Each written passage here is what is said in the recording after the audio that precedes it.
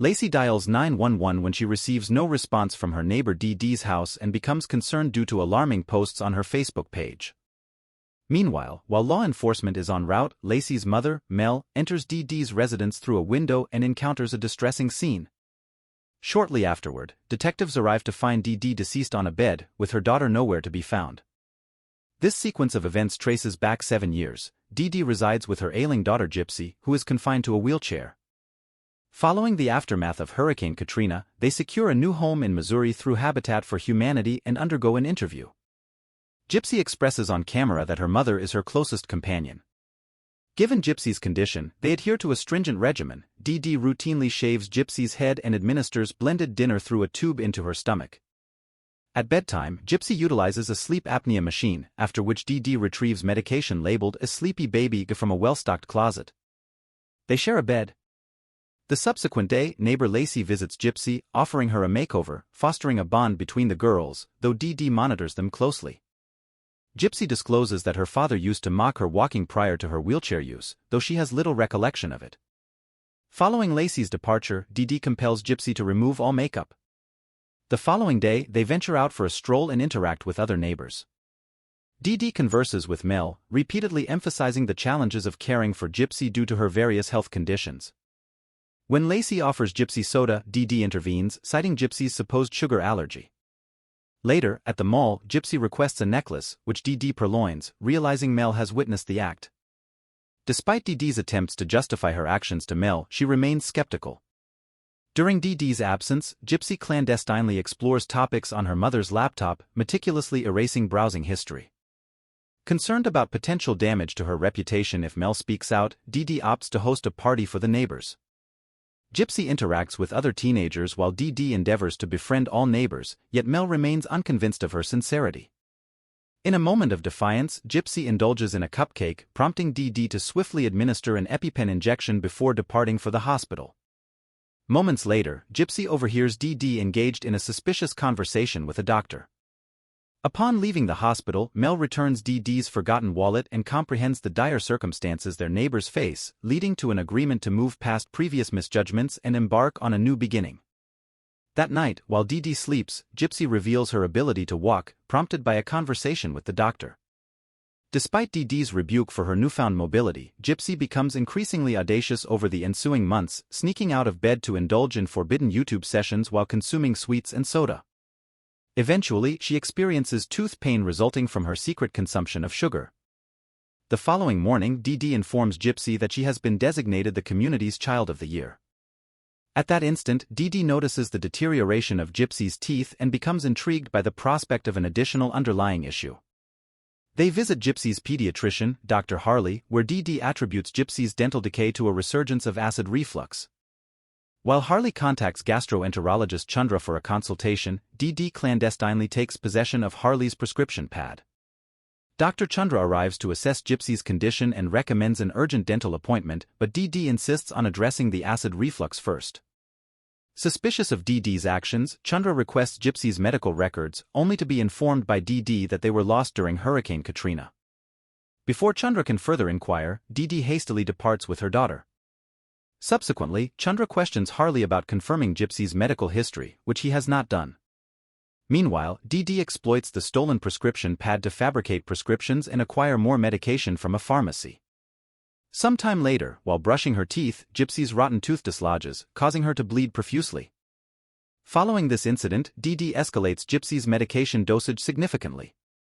Eventually, Dee Dee permits Gypsy to socialize with Lacey and her friends, who initially find Gypsy odd but eventually accept her into their circle.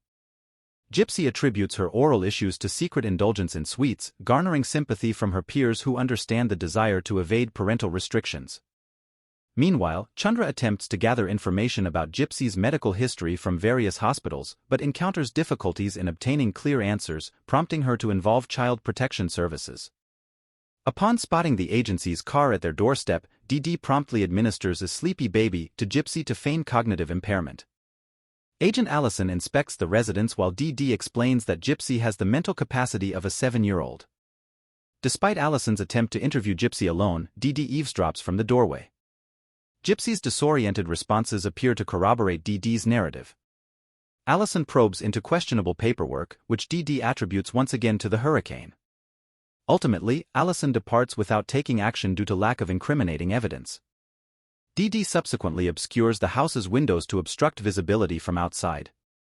Later, Gypsy undergoes dental treatment, protesting against an extraction, but Dee Dee compels her compliance. Upon awakening from anesthesia at home, Gypsy discovers the majority of her teeth have been removed, prompting tears in front of the mirror. During a meal, Dee Dee excitedly discusses plans for the Child of the Year event, while Gypsy expresses reluctance to attend due to feeling unattractive. Despite Gypsy's resistance, a furious Dee Dee insists on her participation. At the event, Dee Dee surprises Gypsy with dentures, prompting mixed emotions from Gypsy regarding their delayed presentation. Upon receiving financial assistance on stage, Dee Dee speaks on Gypsy's behalf, asserting her shyness. Subsequently, Chandra contacts Dee Dee for Gypsy's checkup, which Dee Dee reluctantly agrees to in order to avert suspicion. While Dee Dee completes paperwork at the front desk, Chandra privately speaks with Gypsy, attempting to dispel Dee Dee's assertion of Gypsy's sugar allergy. She even offers a can of Coca-Cola, but Gypsy declines to drink. Months elapse, during which Dee Dee becomes adept at soliciting donations through both traditional mail and a GoFundMe page. Additionally, she continues to receive mysterious checks. At night, Gypsy persists in sneaking out of bed to utilize the computer. She discovers information about Fantasticon and cosplay, subsequently persuading her mother to accompany her to the event. While purchasing tickets, Dee Dee mentions Gypsy's birthplace as a place, confusing Gypsy, who believed she was born in other place. Gypsy thoroughly enjoys herself at the event, encountering some neighbors in the process. A man named Russ attempts to flirt with Dee Dee, causing her discomfort, prompting her to hurry to the bathroom. Seizing the opportunity of being alone, Gypsy engages in conversation with a man named Scott while pretending to be 18 years old. Their interaction escalates, with Scott even taking her for a photo in a DeLorean. However, their enjoyment is cut short by Dee Dee's announcement of their departure. Before leaving, Russ reappears, attempting to gain Dee Dee's attention by sharing that he also had a son in a wheelchair who passed away, but Dee Dee rebuffs him once again. While Dee Dee is occupied, Scott requests Gypsy's Facebook account, finding it peculiar that an 18-year-old only has a shared account with her mother. That night, Gypsy decides to create her own secret Facebook account, but struggles to determine her birth year. Upon checking her mother's purse, she is shocked to discover that she was born in year, meaning she is actually 19. Angered by this revelation, she resolves to pilfer some donation money. The following day, she purchases a cell phone at a gas station, keeping it concealed from her mother. Later on, Dee Dee receives a call from Russ, questioning how he obtained her number, but his pleasant demeanor leads her to permit his regular calls, and they develop a close relationship. Simultaneously, Gypsy converses with Scott through her new phone, forming a bond. Gypsy divulges details about her friends, hospital staff, to Scott, while he shares his experiences working with the elderly. Eventually, Scott sends her a wig through the mail, allowing Gypsy to privately enjoy the illusion of having beautiful hair. After a month of friendly exchanges, Russ offers assistance to Dee Dee with household tasks and caring for Gypsy, which Dee Dee rebuffs, abruptly ending the call. Meanwhile, Gypsy ventures outside to use the phone and is spotted by Lacey, who agrees to keep her secret. Gypsy shares her secret Facebook username with Lacey and mentions meeting someone she refers to as Prince Charming, leading Lacey to believe Gypsy may be engaging in playful fantasy. That night, Gypsy receives a message from Scott informing her of his hospitalization and inability to text. Concerned, Gypsy dons the wig and leaves her wheelchair behind to visit him. At the hospital, Harley fails to recognize her, and Scott is astonished to witness her walking. Gypsy implores him to maintain their secret, adopting her mother's infantilizing speech patterns. Upon learning that Scott has not been administered medicine due to alcohol consumption, she advises him not to disclose his condition.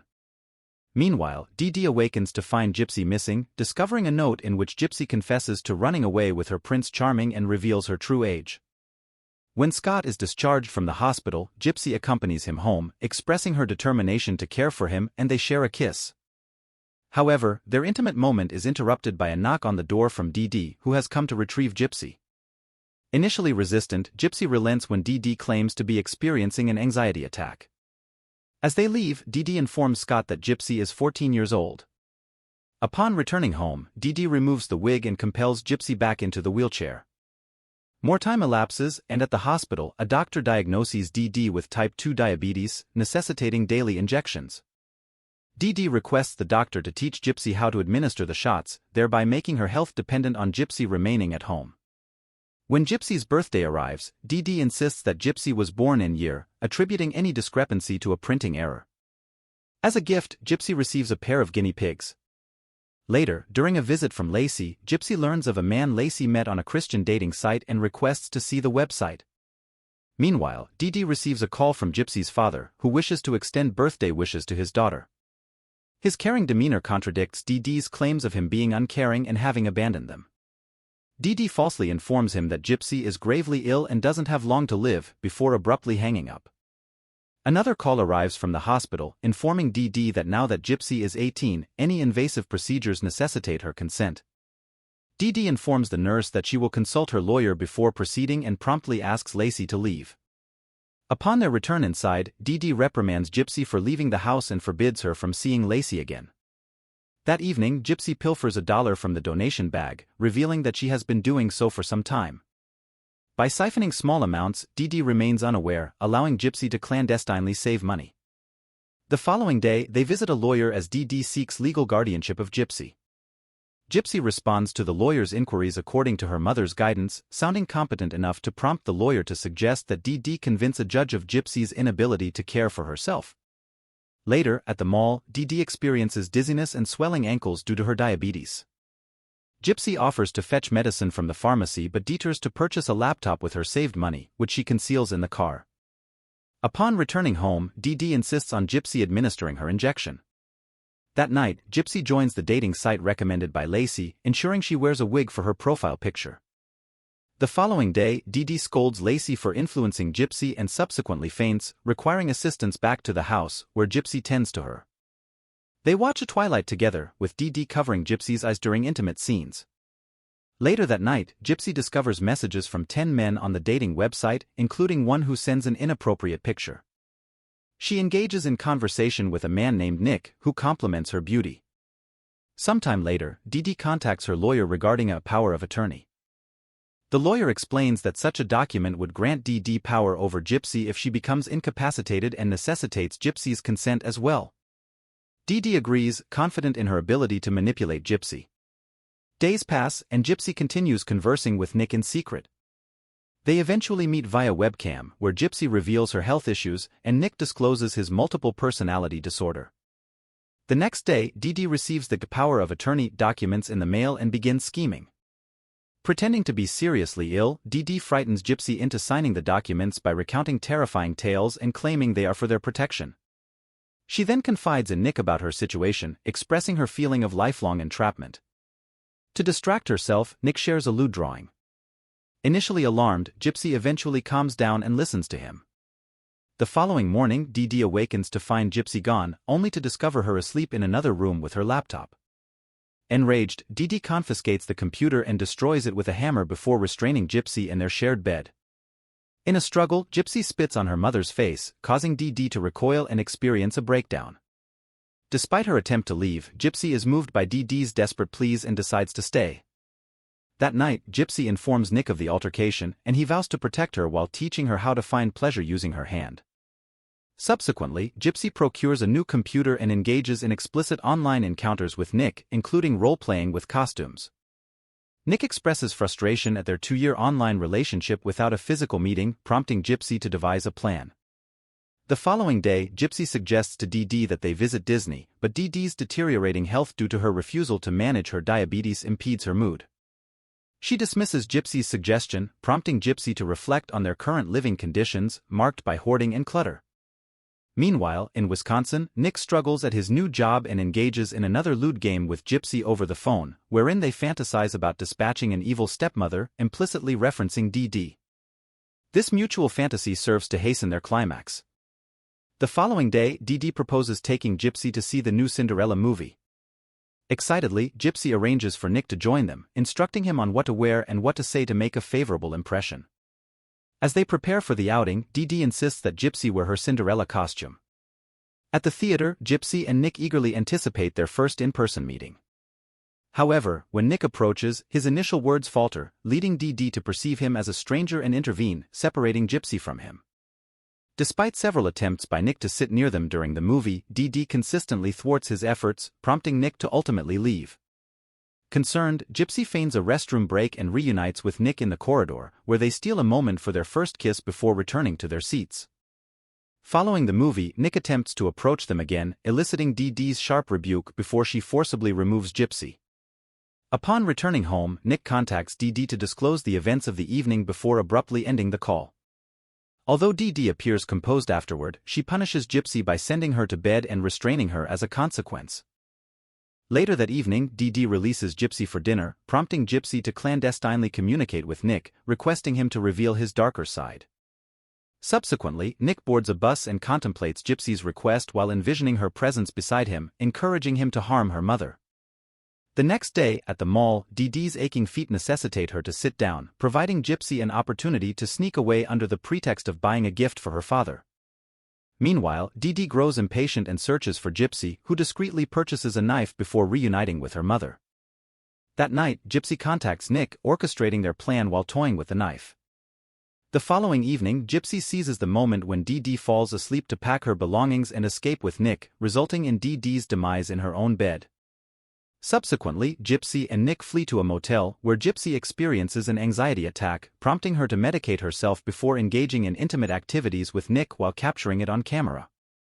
Following their encounter, they discuss their future, during which Gypsy begins to question Nick's true character. A flashback then illustrates Dee Dee's childbirth, with her mother Emma intervening to take charge of the situation and later expressing skepticism regarding Dee Dee's mothering abilities. In another sequence, the authorities apprehend Dee Dee for check fraud, leading to her imprisonment. Despite Dee Dee's attempts to maintain contact with her daughter, Emma prevents any communication between them. Upon Dee Dee's release, Gypsy's emotional reaction indicates a strained relationship between them, exacerbated by Emma's interference. Over time, Dee Dee persists in believing Gypsy is unwell, despite Emma's reassurances, leading to Emma's eventual decline in health. A doctor's diagnosis reveals Emma's impending death, eliciting praise for Dee Dee's caregiving efforts. Emma's final words to Dee Dee exacerbate their strained relationship, prompting Dee Dee to seek solace in Gypsy. However, Gypsy's desire for normalcy is thwarted by her mother's overprotectiveness. When Dee Dee becomes preoccupied, Gypsy sneaks outside to play on the trampoline against her mother's wishes. Tragically, she slips and falls, rendering her immobile. Dee Dee rushes to her side while her sister calls for an ambulance. Upon her release from the hospital, Gypsy is confined to a wheelchair, although she has recovered. Dee Dee insists she remain in the wheelchair, and a few days later, she announces their inability to purchase her mother's house, forcing them to leave. Meanwhile, Gypsy and Nick check out of the motel and head to breakfast. However, their plans are disrupted when two cops enter the diner, prompting Gypsy's panic. In their haste to leave, Gypsy accidentally drops her anxiety medication, revealing Dee Dee's name on the label. To evade security checks, they mail the knife to themselves in Wisconsin. However, they encounter further complications when they discover Nick failed to reserve a seat for Gypsy on the bus, forcing them to wait 2 days for the next available departure. Upon returning to the motel, they find their room occupied, leading them to settle for one with twin beds. Discontent with their accommodations, Gypsy's discomfort is compounded when Nick insists on watching a violent movie and their intimacy fails to bring her solace. A chance encounter with a mother and child at the vending machine triggers feelings of guilt in Gypsy, prompting her tearful retreat to their room. Upon arriving in Wisconsin and being picked up by Nick's mother, Kathy, Gypsy experiences guilt-ridden flashbacks when questioned about Dee Dee. Disillusioned by the reality of Nick's living conditions, Gypsy resorts to theft at the supermarket, haunted by her mother's presence at every turn. When confronted by Kathy about Dee Dee again, Gypsy's anguish drives her from the room. Desperate for medication, Gypsy tearfully confesses her desire to return home and concocts a plan with Nick to stage Dee Dee's murder as the work of a violent stalker. Their scheme attracts the attention of Lacey, who alerts the authorities. Meanwhile, Gypsy receives the envelope containing the knife and implores Nick to dispose of it in the lake. However, their disagreement is interrupted by Kathy, who insists they join dinner. Later, Gypsy discovers a note in Nick's room revealing his true intentions, prompting her realization that he is not who he claimed to be. Their tense confrontation is interrupted by the arrival of law enforcement, leading to their arrest. At the station, Gypsy feigns ignorance of her mother's death, while Nick confesses to stabbing Dee Dee at Gypsy's behest. As the neighborhood gathers to mourn Dee Dee's passing, Gypsy and Nick await trial in jail. Mel and Lacey watch the trial on TV the day of the trial and are startled to see Gypsy walk. Gypsy maintains in court that she did nothing wrong and that she loves her mother, but her attorney threatens to have her executed unless she alters her tale. She believes they can show that Gypsy was mistreated by showing Dee Dee's fictitious medical records, but only Gypsy's father has access to them due to the power of attorney. Still believing the man to be a nasty man, Gypsy declines to give him a call.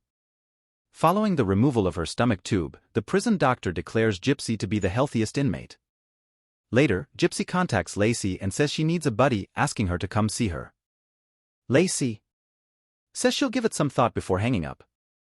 Gypsy finally phones her dad out of desperation and leaves a message. When Gypsy finally receives a visit, she is startled to discover her father Rod with the medical documentation. Rod shows her every illness Dee Dee has created throughout the years. He goes on to say that when he attempted to see Gypsy, Dee Dee refused to let him and continued to move. He was only able to mail a few checks, which Dee Dee secretly cashed. Gypsy doesn't believe him, so Rod breaks her heart by showing her some photos of him with a younger Gypsy before Dee Dee took her away. With access to the medical records, Gypsy's attorney informs the judge that Dee Dee was killed in self-defense and that the youngster had suffered abuse. In addition, she requests that Gypsy and Nick be assessed differently due to the differences in their situations. But in private, the attorney informs Gypsy that in order to request a settlement, she will have to acknowledge that she was involved. Despite not returning Gypsy's calls, Lacey feels bad about missing the warning signals of abuse after watching the lawyer's TV interview. After observing her daughter's behavior, Mel decides to pay Gypsy a visit. She explains to Gypsy that sometimes passing through is the only option. Following Mel's departure, Gypsy feels terrible once more as she recalls their recent talk and their mutual affection. Nick's arrival and how Gypsy gave him the knife are seen in a flashback. Then, pointing to the room, she fled into the bathroom, where she remained aware of her mother's cries. Gypsy had to clean the knife and Nick's skin of blood after he discovered her kissing her with the knife. She was stunned for a brief while before giving Nick a hug and pretending to be excited about their upcoming journey. They proceeded to her room and, although it didn't take long, they pissed on her bed with the plush toys. Gypsy took her grandmother's ring and set the guinea pigs free before heading out. Gypsy is currently sent back to her cell and thinks Dee Dee is with her. This tale is based on a true crime. Gypsy was sentenced to 10 years in prison after pleading guilty after a year in jail. Nick was also found guilty and sentenced to life in prison without the possibility of release.